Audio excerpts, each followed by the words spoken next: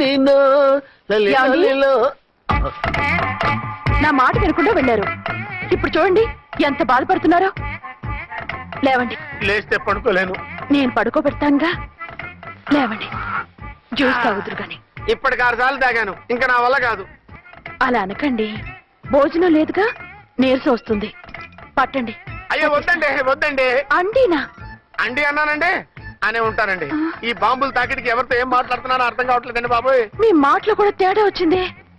అదండి bombing effect అండి. మూతి పగిలి 4 ఖర్చుకున్నాను. అయ్యో, మీకేదైనా అయితే నాకు దిక్కెవరు? ఆయన ఇంకెవరు? ఆయన ఎవరు? ఆయనంటే దేవుడు. దేవుడు. సర్లే, పట్టండి. ఏంటలా వణుకుతున్నారు? పైనుంచి కిందకి ఎర్తవుతుంటే వణకుండా ఎలా ఉంటాను? నాకు అసలే సహనం తక్కువ. కాస్త దూరంగా ఉండండి. సారీ అండి.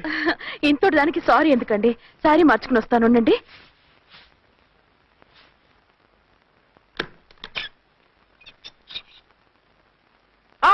వద్దు వద్దు వద్దు వద్దు. ఏంటండి, ఏమైంది? నా ఎదురుగా బట్టలు మార్చుకోవద్దు, నేను తట్టుకోలేను.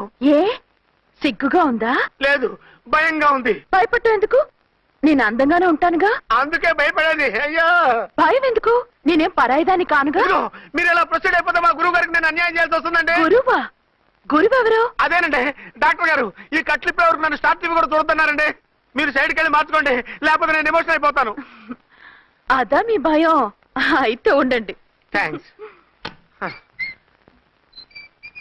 అమ్మయ్యా, ఈ గంటకి గండం గట్టెక్కింది నాయనా.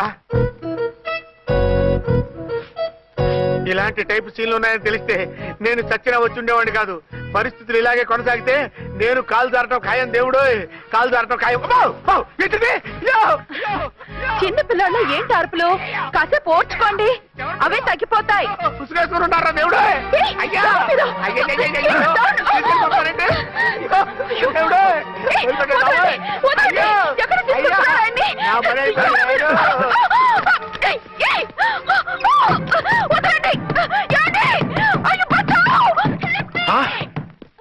ఏంటో కేకలు?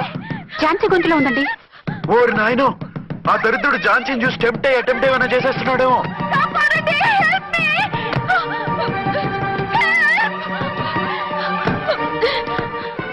ఏంటి ఝాన్సీ, ఏమైంది? మా ఆయన కిడ్నాప్ చేసి తీసుకెళ్ళిపోతున్నారండి. ఎవరు?